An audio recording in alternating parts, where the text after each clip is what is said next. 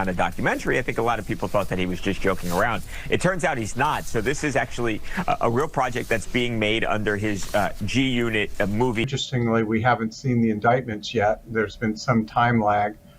I suppose it will take some time to go through all the forensic, evidence. For years, people believed the rumors surrounding Diddy were just gossip. But everything changed when the 2016 hotel hallway footage finally surfaced. The video, released by CNN in May 2024, showed Sean Combs striking and dragging Cassie Ventura, instantly destroying the silence that had protected him for so long. To many people who had followed his career, it was more than just another celebrity scandal. It confirmed the whispers insiders had been quietly talking about for years behind closed doors.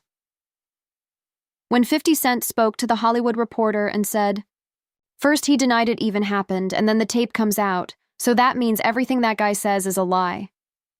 He was not speaking like a longtime rival.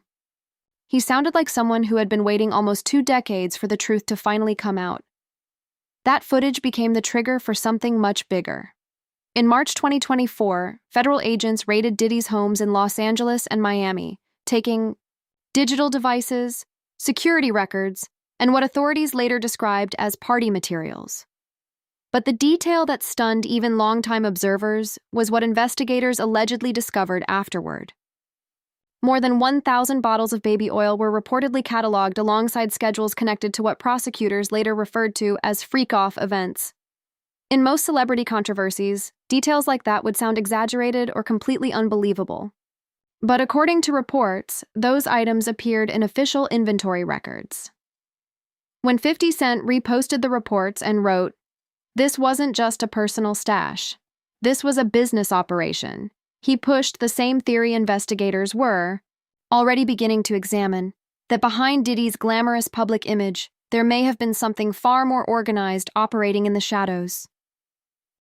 If he gets 14 months, if the defense gets what they want, he'd essentially get out October 3rd because he's been in for a 13 year, months. And you get 15% credit for time served. So he'd basically be out after the sentence, and then he'd be unsupervised. After that, the story stopped looking like celebrity drama and started turning into a criminal prosecution.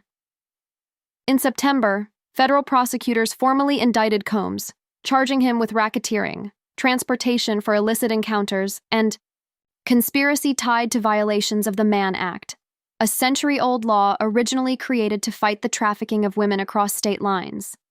Then, on October 3, 2025, the courtroom reportedly went completely silent as Judge Aaron Subramanian sentenced the 55-year-old music mogul to 50 months in federal prison, along with a $500,000 fine. Cameras captured him standing with his head lowered, gray showing around his temples, looking like a man watching his empire collapse under the weight of its own excess. But according to many observers, the prison sentence itself was not the real pressure point. Prosecutors were believed to be focused on something much bigger, cooperation. And instead of giving them what they wanted, Diddy remained silent. He did a whole lot to a whole lot of people, and now he's paying for it. So all these cats, I guess y'all get y'all visitation rights. Some of y'all can get y'all conjugal visits right with him. I don't get. That silence quickly became one of the most valuable things in the entertainment industry. Sources reportedly close to the investigation claimed that Diddy's private recordings, the same tapes mentioned by Ventura and other witnesses, may contain footage involving not only his own behavior, but also the participation of several powerful figures within the industry. According to reports, some of those names remain protected under sealed evidence orders and have not appeared publicly in court filings. Former Danity Kane members Don Richard and Aubrey O'Day are both expected to testify later this year, and many believe their statements could potentially expose a much larger network surrounding the case. Richard has already described certain nights as feeling more like survival than celebration, while O'Day has accused Combs of using controlled substances and blackmail to manipulate younger artists. Those allegations have not been proven in court, but they closely mirror claims first outlined in Ventura's original lawsuit, the filing that triggered this entire chain of events back in November 2023. What makes the Netflix documentary so explosive is the way it connects this growing legal battle to a feud that has been building for nearly 20 years. When 50 Cent released his remarks back in 2006, many people treated it like just another rap beef. But to others, it sounded more like a direct accusation. The line that caught the most attention, "Man, Puffy know who hit that," started being viewed very differently after the 2024 federal raids reportedly uncovered links between people connected to Combs' security circle and figures long discussed in connection with the death of Biggie Smalls. Federal investigators have not publicly connected those files, but 50 Cent certainly has. After the raids, he posted online, "Now it's not, did he do it? It's, did he done?" That single statement instantly transformed a longtime personal feud into a nationwide headline. I mean, let's just be real for a second.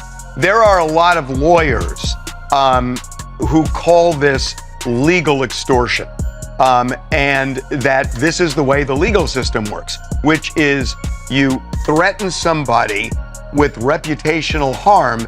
And in this case, it's interesting that Jay-Z, who's very wealthy, said it would be financial. At the same time, the fallout within the entertainment industry has been massive. Jay-Z, who was once seen with Diddy at nearly every major event, has remained silent throughout the controversy. 50 Cent mocked that silence online by posting a BR slideshow of the two together, using Bill Withers' "Just the Two of Us" as the background track, alongside the caption, "Friends till the end." Jay, you still there? He later added another jab by referencing Cassie's allegation that Diddy blew up Kid Cudi's car in 2012 after finding out about her brief relationship with the artist. What once may have seemed like strange celebrity behavior now appears, in hindsight, to reflect a larger pattern of control and retaliation. Even Kid Cudi's team later confirmed the incident to the New York Times, stating that the allegations were true. As the release of the Netflix documentary gets closer, reports claim Netflix executives are strengthening their legal teams in preparation for possible lawsuits. Insiders say the documentary includes testimony from former bodyguards, assistants, and even household staff members, many of whom had signed NDAs that have since expired. What connects many of their stories is the same disturbing picture: a powerful mogul whose lifestyle of indulgence allegedly turned into coercion, someone who appeared to mistake fame for immunity. The cameras that once captured moments of celebration are now being viewed as evidence. And despite reports that investigators seized hundreds of hours of footage during the federal raids, not a single tape from Diddy's alleged freak-off vault has surfaced publicly online. Federal officials insist the recordings remain under protective order. But some former associates have suggested another theory, that the tapes were being used as leverage, a form of protection against betrayal. That theory gained even more attention after testimony from stylist Deontay Nash, who recalled a 2014 confrontation in which Combs allegedly threatened Ventura by saying he would release private videos if she ever left him. Prosecutors later referenced that incident as evidence of manipulation, and the accusation has continued to follow the case. Ever since, Man, I feel good, man. I feel good way before the sentencing, and I'ma feel good way after it. You know what I'm saying? That the sentencing don't have anything to do with how I feel. It just goes me to show, that tells me when God puts you in a position and puts you in a place to be involved in something, his word ain't never. Meanwhile, inside Brooklyn's Metropolitan Detention Center, Diddy's transformation has become a story of its own. People present in court described him as noticeably thinner, with grayer hair and a far more subdued demeanor. During sentencing, he reportedly told the judge, "I lost my way. I got lost in the excess." But even behind bars, the shadow of his empire still remains. Properties have reportedly been frozen, major brands have started distancing themselves, and former collaborators have begun removing his name from credits and business connections. His Beverly Hills mansion still sits unsold, its halls carrying the aftermath of parties that were once viewed as legendary, but are now being described by prosecutors as part of the evidence. Did you ever spend time with the guy? Did you ever meet Diddy? I've met him before, yeah. How was he? Very nice guy, very smart, super business. You know, I mean, he's very successful. The contrast is hard to ignore. A man once celebrated as one of hip-hop's greatest entertainers has now been reduced to silence, while his most outspoken critic prepares to bring the story to the world through Netflix. The documentary is expected, to do more than simply cover Diddy's downfall. It aims to expose the network of people who allegedly enabled it for years. Producers, executives, and close associates who stayed silent even when the warning signs became impossible to ignore. And if the alleged tapes truly contain names beyond Combs himself, the impact could extend far beyond his personal legacy. It could damage the reputation of an entire era of powerful music industry figures. But one question continues to linger over the entire case. If those tapes really implicate other people, why hasn't a single one leaked publicly? And who is making sure they remain hidden? While Diddy sits in prison, many believe the bigger story may involve the people who are still free, and why they have remained silent. Then, on October 6, 2025, attention shifted again when Donald Trump reportedly told reporters from behind the Resolute desk that Sean Diddy Combs had once asked him for a presidential pardon. "A lot of people have asked me for pardons," Trump said. "I call him Puff Daddy. He asked me for one." The clip spread quickly online, but what caught people's attention most was the timing.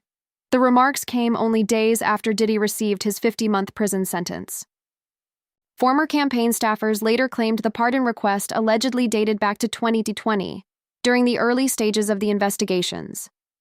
If true, it would suggest that Diddy may have known for years that serious legal trouble was approaching, and that efforts to protect himself could have started long before the public ever saw the first major headlines. Is, for all sorts of reasons, Donald Trump feels that he was unfairly targeted by the Justice Department, and particularly the Southern District of New York. Sure. And so, in Diddy's case, he was prosecuted by the Southern District of New York. What Trump framed as a joke could be interpreted by some as something far more serious, a signal of how closely politics and power can blur the boundaries of justice. According to certain insiders, the alleged pardon request came at a time when several of Diddy's former associates were reportedly being subpoenaed. If clemency had been granted at that point, those testimonies may never have reached court. It raises the possibility that the mogul was not only fighting for freedom, but also attempting to maintain control over his own narrative. Meanwhile, Jay-Z's silence continues to feel increasingly noticeable. When 50 Cent posted, "Jay, are you still there?" over a montage of old photos set to Bill Withers' "Just the Two of Us," it wasn't just a joke, it was a challenge. For years, Jay-Z and Diddy were publicly connected through business, ventures, philanthropy, and countless high-profile industry appearances. But now, as one empire collapses, the distance from the other appears deliberate. Sources close to Roc Nation claim legal advisors have reportedly cautioned Jay-Z against making any public statements regarding his longtime associate. Still, the silence itself is what people are focusing on. A figure once associated with loyalty and unity in the industry is now observing from the sidelines while speculation grows. Some of that speculation even suggests his name could potentially appear in unreleased material connected to the case, claims that remain unverified but continue to circulate as the story develops. This is the flight where Diddy said to her, Showed her he the video. testified Showed her the that freak-off video. he showed her a video of a freak-off that she participated in and said, if you don't participate in another freak-off when we get to New York, I'm going to put this video out. I'm going to send it to your mother. And that's coercion. She testified if it's true. to that. If the jury they believed her, yeah, that's coercion. That's They would have cast. And those tapes are said to connect directly back to the lawsuit that began the unraveling. Cassie Ventura's 2023 legal case against Combs, which was settled within just 24 hours, is still considered one of the fastest resolutions in celebrity legal history. She accused him of physical abuse, coercion, and emotional control. Within a day, both sides reached an undisclosed settlement, with no trial, no discovery, and no depositions. Later came her claim that he had once threatened to blow up Kid Cudi's car in 2012 after learning about their brief relationship. When Cudi's vehicle later exploded in his driveway, a representative confirmed the story was true. The speed of the Cassie settlement now appears to some not as closure, but as containment. Questions remain about how many other cases may have been resolved quietly in a similar way, and how many allegations never made it to the public stage, as, yes. The courtroom phase settled, the financial impact began to unfold. Diddy's estimated net worth, once close to $400 million, has reportedly been heavily reduced due to frozen assets, legal fees, and disappearing sponsorships. His flagship Beverly Hills mansion remains on the market, while luxury brands have removed his name from their partnerships. Court documents outlining his post-release conditions read like a strict monitoring system. They include mandatory mental health sessions, regular drug testing, random property searches, a firearms ban, and a requirement to complete at least 30 hours of steady employment each week. For someone who once lived by private jets and non-stop luxury, the supervision order functions like a sentence without physical walls. Continue to engage in all these freak-offs with him, and he sounds really pissed off. Hey, I really don't know what's going on with you, but I just want to just give you a heads up that I'm about to really disappear on you. You feel me? I'm not going to be playing these games with you at all, at all. So I don't know, you think you silent treating me, and you think I'm going to be, nah. You'll have a rude awakening. Then came the prison letter that became a headline of its own. I lost my way. I got lost in the journey. Lost in the excess, Combs wrote from Brooklyn's Metropolitan Detention Center. It was widely published as a message of remorse. But prosecutors later reminded the press that just months earlier, he had been accused of witness tampering. Investigators alleged he used other inmates' phone privileges to make outside calls, reportedly pressuring associates to retract statements or delay cooperation. The same man who spoke of spiritual clarity was, according to court records, still attempting to manage damage control from behind bars. Inside the facility, Diddy's transformation has itself become a subject of media attention. Reports describe him as thinner, grayer, and more subdued, though still defiant. Former inmates told journalists that he has held informal discussions in common areas, speaking about branding and business strategy to younger prisoners. Others, however, describe it less as mentorship and more as influence building, a way to maintain control in the only environment left to him. He has also reportedly requested a transfer to FCI Fort Dix for a treatment program, a move that former reality TV inmate Joe Judich publicly warned against, describing the facility as not easy time. Even in confinement, the attention surrounding him has not faded. The spectacle continues, just in a different form. People I don't think realized was he had cameras all over the place, unbeknownst to them. And now he has all that footage, supposedly. This is what I'm told. So it's going to be really interesting to see what happens if, you're a huge iconic, TV star or movie star, and you're in some. The seized freak-off party logs, buried deep within the evidence list from the 2024 raids, remain one of the least discussed yet potentially most significant parts of the investigation. According to investigators, each entry reportedly contained coded initials, timestamps, and supply checklists that match the same inventory of more than 1,000 bottles of baby oil and lubricant recovered from his properties. The level of detail pointed to something far beyond casual indulgence. It appeared systematic, structured, almost like formal record-keeping. For prosecutors, those documents read like financial-style ledgers. For insiders, they looked more like leverage. The central question that continues to surround the case is straightforward. If these events were about power rather than just personal activity, who else may have been involved or recorded? Were there individuals whose names never surfaced publicly? And why were such detailed logs kept in the first place, unless they were intended to serve a purpose beyond documentation? Famous singer to not come out, here's the price. And that they're just selling to the individuals that are in those. This is what I heard.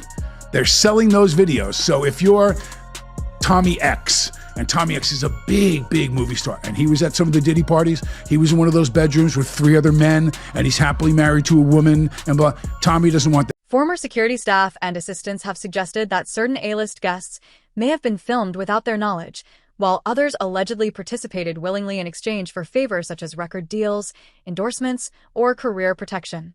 Some of the same names, according to leaked subpoenas, were reportedly questioned by federal agents, but were never charged. The alleged footage, according to these claims, shows more than just private behavior. It reportedly reflects systems of hierarchy and dependence, revealing who held power and who complied once the cameras were rolling. That is why, As 50 Cent's documentary moves closer to release, renewed whispers about unreleased material from the raids have started circulating again. The idea that not all files were fully accounted for during the investigation has created a quiet but visible tension within the industry. Because if even a single unredacted clip were ever to surface, it could have serious consequences for multiple careers overnight. Look at Diddy, for instance. Let's take a look at him. Let's take a look at. He has videos.